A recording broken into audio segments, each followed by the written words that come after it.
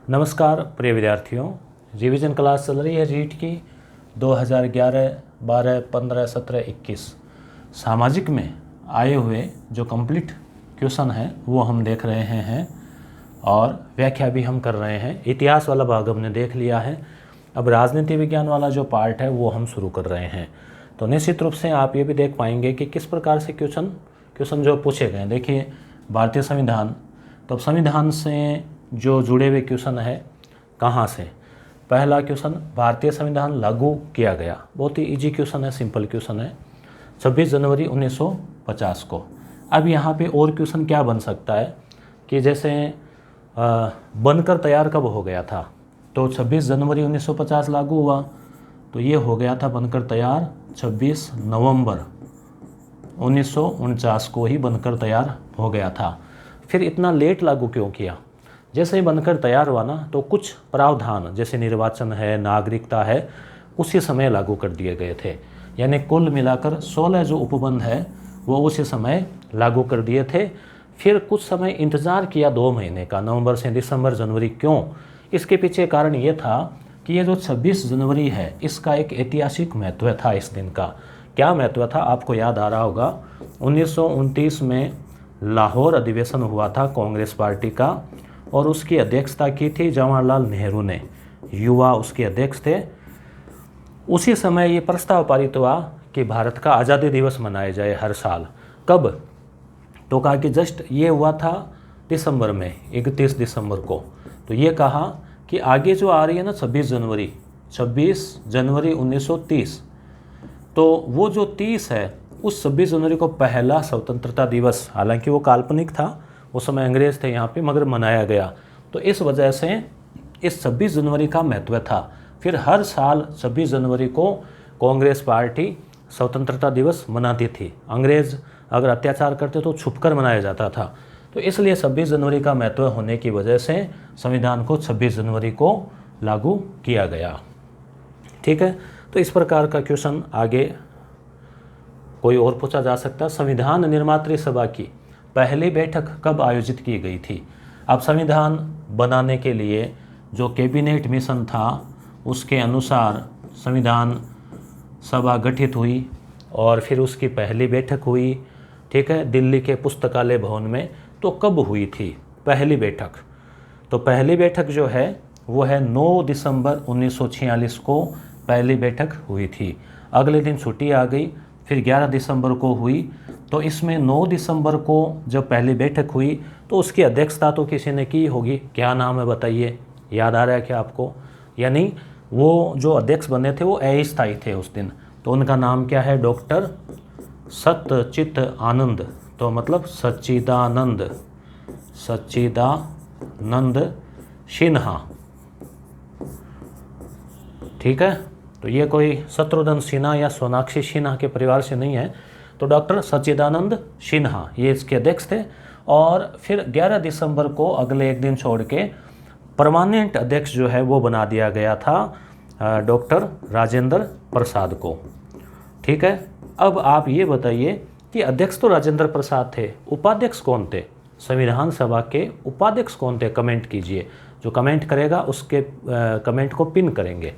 ठीक है, तो 9 दिसंबर को पहली बैठक हुई, उसके बाद में 2 वर्ष 11 माह है और 2 वर्ष 11 माह है और 18 दिन संविधान सभा की बैठकें चली, और उसके बाद में 26 नवंबर को संविधान बनकर तैयार हो गया और 26 जनवरी को फिर लागू कर दिया।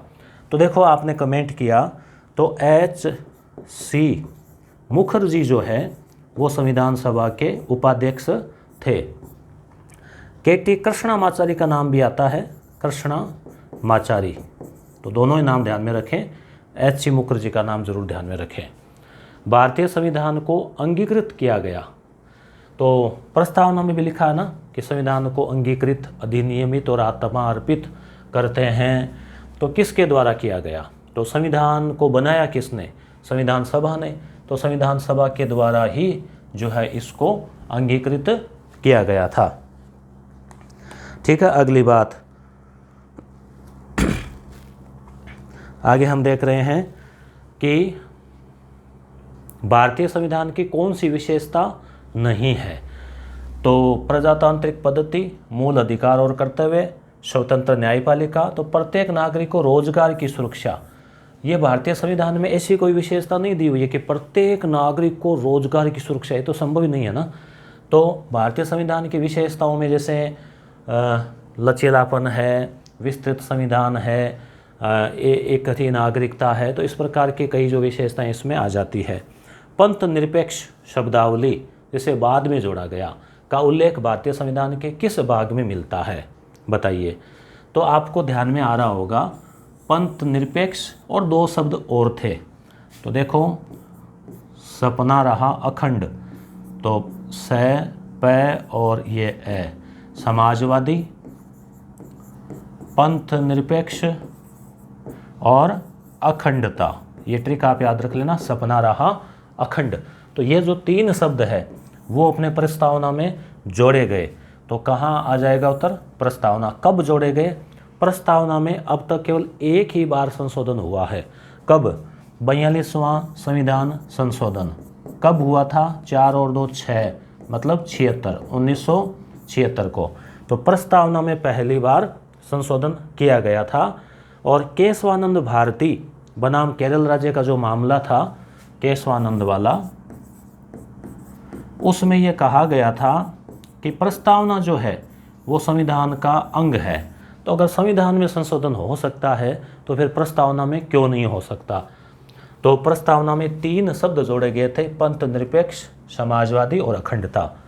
तो ये हो जाएगा 1976 वाला। भारत के संविधान की प्रस्तावना में उल्लिखित हम भारत के लोग से क्या तात्पर्य है। लिखा हुआ ना कि हम भारत के लोग भारत को एक संपूर्ण प्रभुत्व संपन्न समाजवादी पंथ निरपेक्ष लोकतांत्रिक गणराज्य। तो इसका क्या मतलब हुआ कि संप्रभुता जो है भारत के लोगों में निहित है। ठीक है, ये उत्तर हो जाएगा इसका।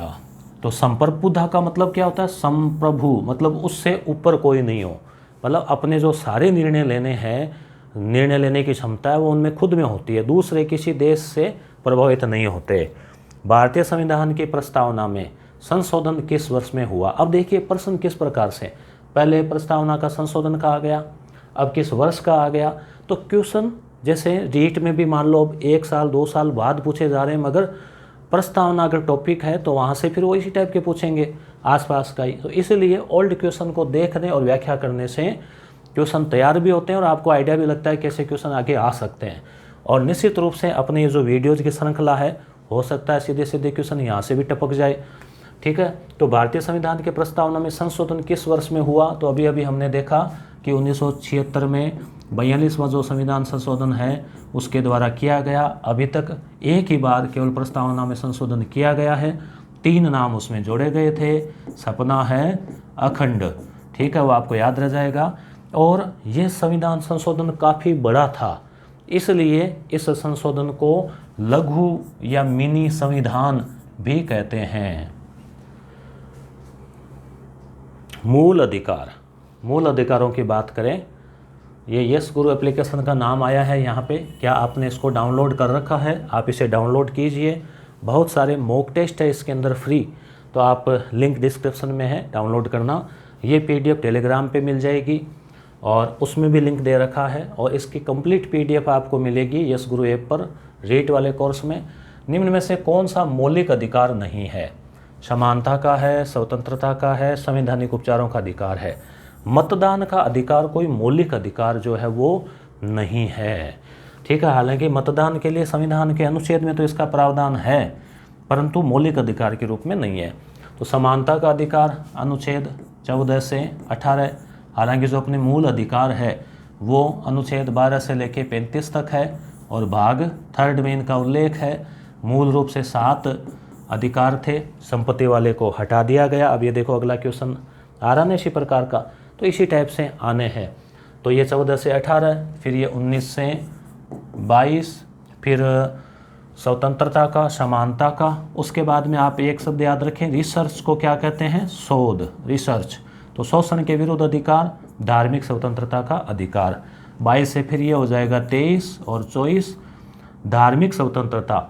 अपने एक आश्रम की व्यवस्था है प्राचीन काल में, कि 25 वर्ष का हो जाता है बालक, फिर वो घर पे लौट आता है आश्रम से। अब उसके पास स्वतंत्रता है कि वो जैसे चाहे वैसे करे, धर्म का पालन करे। तो 25 में धार्मिक स्वतंत्रता शुरू हो जाती है, 25 से 28। ये मैंने ट्रिक याद रखने के लिए जोड़ा है, 25 से आप जोड़ सको, ठीक है। उसके बाद में 29 और 30 शिक्षा और संस्कृति का अधिकार, फिर आगे शोषण के विरुद्ध अधिकार, अनुच्छेद 32। तो ये आपके मतदान का अधिकार नहीं है। हालांकि मतदाता दिवस जरूर मनाया जाता है जागरूक करने के लिए। बताइए कब मनाया जाता है, कमेंट कीजिए। कुछ विद्यार्थी तो कहना मानते हैं, करते हैं, कुछ सोचते हैं कौन अंगूठा जो है वो घिसेंगे, है ना। भारतीय संविधान में 44वें संविधान संशोधन के पश्चात मूल अधिकारों की संख्या कितनी है? तो मतदाता दिवस आपने बता दिया 25 जनवरी। और एक आपको पता है 26 नवंबर को संविधान बनकर तैयार हो गया था ना, इसलिए अब 26 नवंबर को कौन सा दिवस मनाया जाता है? तो वो दिवस है संविधान दिवस। ध्यान में होगा आपके, कब से मनाया जा रहा है ये आप बता सकते हो। तो 44वां संशोधन हुआ कब था? 4 और 4 8, तो 1978 में हुआ था। तो इसमें जो मूल अधिकार है उसमें संपत्ति के अधिकार को हटा दिया था। तो अब 6 बच गए, ठीक है। संपत्ति के अधिकार को मूल अधिकारों की श्रेणी से हटाकर एक साधारण अधिकार, कानूनी अधिकार बना दिया गया। तो कौन से अनुच्छेद में डाला गया और पहले कौन से अनुच्छेद में था? तो पहले था ये 31 में, ठीक है। और फिर इसको डाल दिया कहाँ पे? 3 से याद रख लो, 300 में, ठीक है। शायद कै और आगे, तो 300 में, क्योंकि कै तो आगे 300 तो पहले था ही, उसमें नया उपबंध जोड़ा तो कै उसमें और लगा दिया। भारत के संविधान के किस अनुच्छेद के अंतर्गत अस्पृश्यता को समाप्त कर दिया गया? तो अस्पृश्यता को दंडनीय बताया गया है संविधान में, ठीक है। फिर उसके लिए कानूनी प्रावधान का भी उल्लेख किया गया है। तो इसी के तहत अस्पृश्यता निवारण अधिनियम 1955 बना। उसके बाद में अनुसूचित जाति और जनजाति अत्याचार निवारण अधिनियम जो है वो 1989 बना। तो ये सब चीज़ें इसमें आई। तो अस्पृश्यता करना खतरे से खाली नहीं है, ध्यान रखना। तो खतरा 17, ये 2-3 बार मैं बता चुका हूँ। तो अनुच्छेद 17, यानी कि क्वेश्चन इस टाइप के पूछे जाते हैं, यहीं से आसपास से क्वेश्चन और पूछे जा सकते हैं। वह संवैधानिक संशोधन जो शिक्षा के अधिकार से संबंधित है। आपको पता होगा कि पहले शिक्षा के अधिकार को मूल अधिकार नहीं दिया गया था, केवल नीति निर्देशक तत्वों में बात की गई थी कि 6 से 14 वर्ष के जो बालक है उनके लिए शिक्षा का अनिवार्य रूप से प्रबंधन राज्य करें। फिर क्या हुआ कि 86वां जो संविधान संशोधन है, जो कि कब हुआ? इनमें देखो 2 का भाग जाता है, पूरा सम संख्या है। तो 2002 ईस्वी में हुआ था। उस समय अटल बिहारी वाजपेयी प्रधानमंत्री थे। और ये कहा गया कि अनुच्छेद 21 में उपबंध जोड़ा गया कि शिक्षा का अधिकार भी मूल अधिकार है, और 6 से 14 वर्ष के बालकों के लिए। तो ये 86वां संविधान संशोधन। फिर उसी को कर्तव्य के रूप में भी जोड़ दिया गया, 11वां कर्तव्य भी बना दिया गया माता पिता का कि अपने बच्चों को पढ़ाएं। और फिर इसको लागू करने के लिए इस मूल अधिकार को 2009 में एक कानून लागू हुआ, राइट टू एजुकेशन RTE, जो कि 2010 में 1 अप्रैल से पूरे भारत में लागू हुआ। और राजस्थान में इसको लागू किया गया 2011 में, ठीक है, राजस्थान में। आगे की हम बात करें इसमें, ये बाकी देख लेते हैं। 42वां आपको पता ही है, सपना अखंड, 3 शब्द जोड़े गए, 4 और 2 6, 1976 में हुआ। 52वां, देखो 52 में मतलब क्या होता है कि जैसे इधर उधर, ठीक है। तो कक्षा 10 के बाद में विद्यार्थियों को अपना विषय चेंज करना पड़ता है। ट्रिक बता रहा हूँ मैं आपको। और या तो साइंस लेंगे या आर्ट लेंगे, इधर उधर उनको चेंज करना पड़ेगा। तो 10वीं अनुसूची जोड़ी गई और इसमें यह कहा गया कि अब दल अगर बदला तो ठीक नहीं रहेगा, कानूनी प्रावधान, ठीक है। तो दल बदल से संबंधित कानूनी प्रावधान जो है वो इसमें किए गए और 10वीं अनुसूची जो है वो इसमें जोड़ी गई। कब हुआ ये? कब हुआ? तो ये जो 5 है ना, इस 5 को उठा लो तो 1985। 61वां संशोधन, 61वां संशोधन जो है ये किससे संबंधित है? तो इसमें ये था कि पहले जो मतदान की वर्ष था वो था 21, फिर कहा 21 तो ज़्यादा है, 18 ही करो। तो अब आपको पता होगा कि आजकल जो है वो 18 वर्ष के बाद वोट दे सकते हैं। 18 वर्ष से सभी जो है उनको मतदाता सूची में नाम जुड़ा लेना चाहिए। मैं वैसे इलेक्शन सुपरवाइज़र हूँ, तो हमारे BLO साथी है, वो ये काम करते हैं मतदाता सूचियों में जो है संशोधन करने का। इसको आप 6 है ना, इसको उल्टा करो तो ये बन गया 9, तो ये कब हो जाएगा 1989 में ये हुआ था, और ये आपको 2002। तो चारों का हमने देख लिया। आगे देखते हैं भारतीय संविधान का अनुच्छेद 25। तो अभी बात आई थी कि 25 से लेके 28 तक धर्म की स्वतंत्रता, तो इसमें क्या हो सकता है?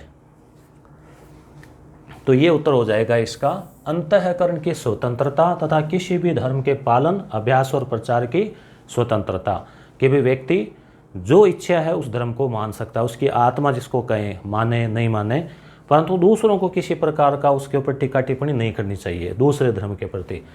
तो ये अंतःकरण की स्वतंत्रता है। तो इसमें पंथ निरपेक्षता की भावना भी छुपी हुई है। अब है मूल कर्तव्य से जुड़ी हुई बातें, क्वेश्चन जो पूछे गए। भारत के संविधान में किस भाग में मूल कर्तव्यों को सम्मिलित किया गया है? तो मूल कर्तव्य कौन से भाग में है? देखो, पहले आ जाते हैं मूल अधिकार, और उनका नाम रहता है मौलिक अधिकार। ऐसे रहता है ना, मौलिक अधिकार बोलते हैं। तो 3 अक्षर है ना, मौलिक, तो तीसरा भाग 3 में तो है मौलिक अधिकार, और कर्तव्य 1 2 3 4 अक्षर, तो भाग 4 में भी ए, इसमें मूल कर्तव्य जो है वो है। किस समिति की सिफारिशों को आधार मानकर भारतीय संविधान में मूल कर्तव्य जोड़े गए? अब आपको पता ही है कब जोड़े गए थे मूल कर्तव्य। 1942 के संविधान संशोधन के द्वारा 1976 में जोड़े गए थे, और प्रस्तावना में संशोधन किया गया था। तो ये हो जाएगा सरदार स्वर्ण सिंह समिति की सिफारिशों के आधार पर जोड़े गए थे। अशोक मेहता समिति और इनका संबंध जो है ना पंचायती राज से है। मूल कर्तव्य संविधान के भाग 4 के किस अनुच्छेद में? तो भाग 4। अब देखो, प्रश्न वहाँ मूल कर्तव्य का पूछा गया, अब यहाँ पे अनुच्छेद का पूछ लिया। ठीक है, तो आप समझ रहे होंगे कि अगली बार किस टाइप का पूछा जा सकता है। आप खुद आइडिया लगाएं, तो पढ़ते समय थोड़ा ऐसे अनुमान भी लगाएं कि इस टाइप का पूछा जा सकता है ऐसा क्वेश्चन। तो मूल कर्तव्य संविधान के 51 क हो जाएगा इसमें। ठीक है ना, 51 क। वैसे 51 में विदेश नीति का भी उल्लेख है, तो 51 क जो है वो हो जाएगा क से कर्तव्य, तो ए या क। भारतीय संविधान भाग 4 क। अब देखो वापस अगला प्रश्न उसी से कर्तव्य से जुड़ा हुआ, अगली रीट में पूछा गया कि भाग 4 क अनुच्छेद 51 क में नागरिकों को कितने मूल कर्तव्य वर्णित है। अब देखो कितने मूल कर्तव्य वर्णित है, तो 10 ऑप्शन भी है और 11 भी है। अब आप यहाँ कंफ्यूज होंगे कि 10 करूँ कि 11 करूँ, फिर यहाँ अक्कड़ बक्कड़ बम्बे वो ऐसे नहीं करना है। तो यहाँ पे आपको क्या है कि देखो, यहाँ ये नहीं पूछा है कि मूल कर्तव्य जब जोड़े गए थे तब कितने थे या वर्तमान में कितने, कुछ नहीं पूछा। तो सीधा ये पूछा है कि कितने वर्णित है, तो वर्तमान में वर्णित तो 11 ही है। ये तो है नहीं कि 10 है फिर एक कहीं और साइड में रखा हुआ है, तो 11 उत्तर हो जाएगा। जब आपसे पूछें कि जब कर्तव्य जोड़े गए थे तब कितने थे, तो 10 थे। फिर 11वां कर्तव्य कब जोड़ा गया, क्या था, तो तब आप ये ध्यान में रखना है। हो सकता है ऐसा क्वेश्चन आ जाए, वही 2002 में 86वां संशोधन अभी हमने पढ़ा था ना, तो उसमें जो शिक्षा का अधिकार है, तो माता पिता का कर्तव्य है कि वो अपने बच्चों को पढ़ाएं, शिक्षित करें। धर्म निरपेक्षता, भारत के संविधान में धर्म निरपेक्षता का अर्थ क्या है? तो आप इसको समझ लो सीधे उत्तर से, ये राज्य सभी धर्मों को मान्यता देता है परंतु उसका अपना कोई धर्म नहीं होता है। राज्य का कोई धर्म नहीं होता, राज्य सभी धर्मों से ऊपर है, सभी धर्मों को मान्यता देता है। हाँ, भारत की जो धर्मनिरपेक्षता है वो पाश्चात्य धर्मनिरपेक्षता से थोड़ी अलग है। पाश्चात्य में यह है कि उनको कोई मतलब नहीं है, मगर भारत में क्या है, कुछ धार्मिक रीति रिवाज ऐसे हैं जो कि सामाजिक आर्थिक जीवन को भी प्रभावित करते हैं। कई बार वो हावी हो जाते हैं और मानव के विकास को रोक देते हैं। तो इसलिए सरकार को अगर लगता है कि कहीं पर संशोधन की आवश्यकता है, कानून बनाने की आवश्यकता है रक्षा के लिए, नागरिकों के लिए, तो सरकार वहाँ हस्तक्षेप कर भी सकती है। सामाजिक न्याय, भारत सरकार ने काका कालेलकर को अन्य पिछड़ा वर्ग आयोग का अध्यक्ष नियुक्त किया, नियुक्ति वर्ष था। तो ध्यान रखना, सरकार ने सबसे पहले जो अन्य पिछड़ा वर्ग है यानी जो पिछड़े लोग हैं उनके लिए एक आयोग बनाया। तो ये कब बनाया था? तो ये हो जाएगा इसमें 1953 में। आंध्र प्रदेश का भी गठन भी हुआ था ना इसी साल। उसके बाद में सरकार ने 1979 में एक आयोग और बनाया जिसके अध्यक्ष थे बिंदेश्वरी मंडल। ठीक है, तो इसको क्या कहते हैं? मंडल आयोग भी कहते हैं, ध्यान रखना। तो फिर पहले काका कालेलकर बना, फिर मंडल आयोग बना। मंडल आयोग का संबंध किससे है? पिछड़ा वर्ग से है। अब तो पिछड़ा वर्ग जो आयोग है, राष्ट्रीय पिछड़ा वर्ग आयोग, उसको संवैधानिक दर्जा भी दे दिया गया है, यानी संविधान में संशोधन करके। बालकों के अधिकार बिल 1992 का कौन सा अनुच्छेद यह कहता है कि मुझे मेरे अधिकारों को जानने का अधिकार है? देखो, मुझे मेरे अधिकारों को जानने का अधिकार है। अब ये संविधान से जुड़ा हुआ सीधा प्रश्न नहीं है, एक आधा प्रश्न थोड़ा कठिन भी आता है, नहीं तो फिर आप 60 में से 60 करके आ जाओगे। ठीक है, तो इसमें ये जो है ना, ये यूएनओ का कोई घोषणा पत्र है बाल अधिकारों के लिए 1992 में, उससे संबंधित क्वेश्चन है। तो ऐसे क्वेश्चन जरूरी नहीं कि अब आप सारे घोषणा पत्र पढ़ के जाओ। तो ऐसे क्वेश्चन में फिर जो है वो ऐसे नाम लेके भगवान का और किया जा सकता है, और बाई चांस आपने कहीं पढ़ लिया हो तो फिर वो अलग बात है। तो यहाँ पे उत्तर ये होगा अनुच्छेद 42। अब संसद से जुड़े हुए क्वेश्चन। राज्यसभा का सदस्य चुने जाने के लिए प्रत्याशी की न्यूनतम उम्र कितनी होनी चाहिए राज्यसभा के लिए? तो बताओ आप क्या होगी? तो देखो, इसमें ये 4 उम्र है और 4 का ही प्रावधान इसमें आता है। तो देखो, 35 साल किस किस के लिए है? राष्ट्रपति और उपराष्ट्रपति। ठीक है, इनके लिए तो है 35 साल। 30 साल और 25 साल। 25 साल एमपी एमएलए जो है ना लोकसभा और लोकसभा के जो है और विधानसभा के हैं। अब 30 साल है विधान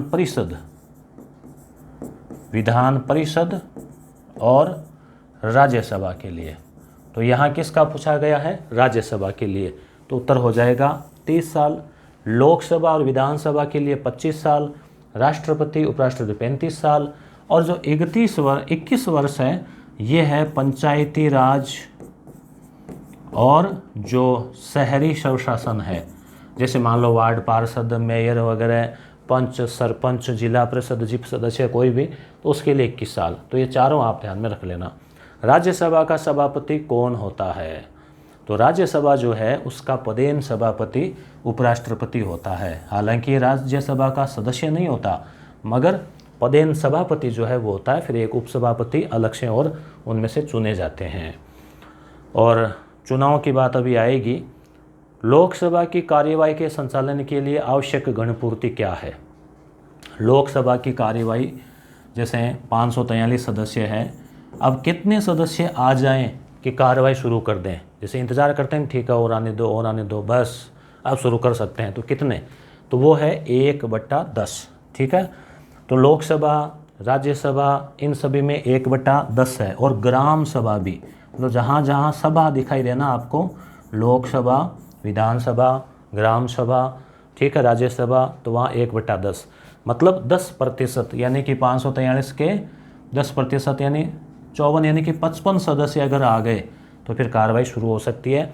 अब मान लीजिए कुछ राज्य ऐसे हैं कि जहाँ सदस्य कम है, मान लो संख्या ही कम है, 40 टोटल ही है, 60 टोटल ही है, तो वहाँ तो फिर 6 ही होते हैं 1/10। तो वहाँ मिनिमम 10 है, ध्यान रखना, मिनिमम 10 या फिर 1/10।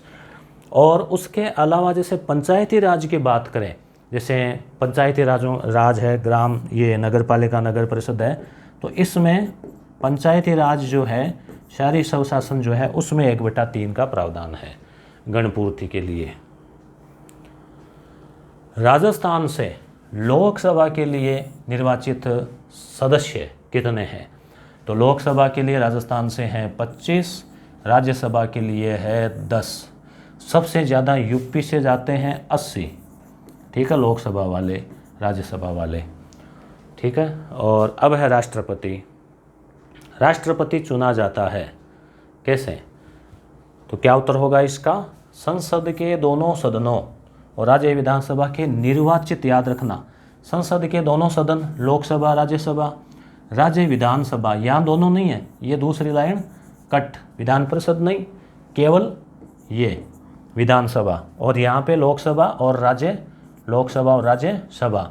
तो इनके निर्वाचित का मतलब फिर जो मनोनीत आते हैं ना, 2 एंग्लो इंडियन, हालांकि उनको तो अब हटा ही दिया, और यहाँ पर भी कोई मान लो मनोनीत हो तो वो नहीं आएंगे, निर्वाचित ही आएंगे। साथ ही साथ यहाँ एक लाइन और आ जाएगी कि जो केंद्र शासित प्रदेश है उसमें जहाँ पर विधानसभा है, जैसे कहाँ है, दिल्ली में है, ठीक है ना, अरविंद केजरीवाल मुख्यमंत्री, और पुडुचेरी में है। अब जम्मू कश्मीर में भी विधानसभा का प्रावधान जो है वो हो चुका है, तो वो भी इसमें शामिल हो जाएंगे। राष्ट्रपति चुनाव से संबंधित गलत तथ्य, चुनाव से संबंधित बात सिर्फ उच्चतम न्यायालय में सभी विधायकों के मत का समान मूल्य, सभी सांसदों का समान, मनोनीत सदस्य मतदान में भाग नहीं ले सकते। तो देखो मनोनीत तो नहीं ले सकते। अब यहाँ पे देखिए सभी सांसदों के मत का मूल्य समान होता है, ठीक है, तो गलत तथ्य, ये गलत है। तो कितना है बताओ, कमेंट करो, सांसदों के मत का मूल्य कितना है। उसके लिए क्या है, सभी विधायकों का मत का मूल्य बटा सांसदों की संख्या, ऐसा कोई फार्मूला है। तो 708 याद आ रहा है मुझे, 708 है। और सभी विधायकों के मत का मूल्य एक जैसा नहीं होगा, अलग अलग राज्य है तो उनके विधायकों का मत का मूल्य अलग अलग होगा, क्योंकि राज्यों की जनसंख्या बटा फिर विधायकों की संख्या भाग 1000। तो इसमें क्या है फिर कि अलग अलग राज्य की जनसंख्या अलग अलग है, इसलिए वहाँ के जो MLAs है उनका मत का मूल्य अलग अलग आएगा। अगर राजस्थान की बात करें तो राजस्थान के एक विधायक के मत का मूल्य 129 है, यानी एक विधायक जी ने वोट दिया तो वो 129 वोट माने जाएंगे कि 129 लोगों ने वोट दे दिया है। भारत के राष्ट्रपति के चुनाव के निर्वाचक मंडल में शामिल कौन है? तो ये देखो वापस वही क्वेश्चन जो भी हमने चर्चा की उसी से जुड़ा हुआ, संसद और राज्य विधानसभा केवल निर्वाचित सदस्य है। नहीं सॉरी, इससे अगला और पढ़ना है, ध्यान रखें इस चीज़ का। देखो भारत की संसद और राज्य विधानसभाओं दिल्ली और पुडुचेरी संघ शासित, ये 2 चीज़ और आ गए ना, 2 लाइन। तो यहाँ से ये एक चीज़ और बेटर व्याख्या, तो इसको देखना है। तो ओमआर में गोले काले करने से पहले चारों ऑप्शन जरूर पढ़ा करें, क्या पता अगला उससे बेहतर हो, बेटर हो। भारत का सर्वोच्च सेनापति तो राष्ट्रपति। वह कौन सा उपराष्ट्रपति था जिसका देहांत अपने कार्यकाल के दौरान हो गया? कृष्णकांत। चलो इनका आप कार्यकाल बताना। देखो कृष्ण का अंत, कांत अंत, तो ऐसे ट्रिक से आप जोड़ के याद रख लेना कि पद पर रहते ही हो गया, एकमात्र है। प्रधानमंत्री, मंत्रिपरिषद का प्रावधान किस उल्लेख में है? तो उत्तर हो जाएगा 74, ठीक है। देखो PM प्रधानमंत्री, P से 75 है ना, ऐसे बोलते हैं ना 75, तो यानी 75 में प्रधानमंत्री और उससे पहले 74 में मंत्रिपरिषद का उल्लेख है। 80 में किसका, राज्यसभा या लोकसभा? 80 में लोकसभा है, ठीक है। भारतीय संविधान का 44वां संशोधन, ये वापस 44वां आ गया, ठीक है। देखो तो 42वां 44वां प्रश्न बनाने वाले जो हैं वो इनके आसपास ज़रूर घूमते हैं, यहाँ से ज़रूर प्रश्न उठाते हैं। तो 44वां के समय प्रधानमंत्री कौन था?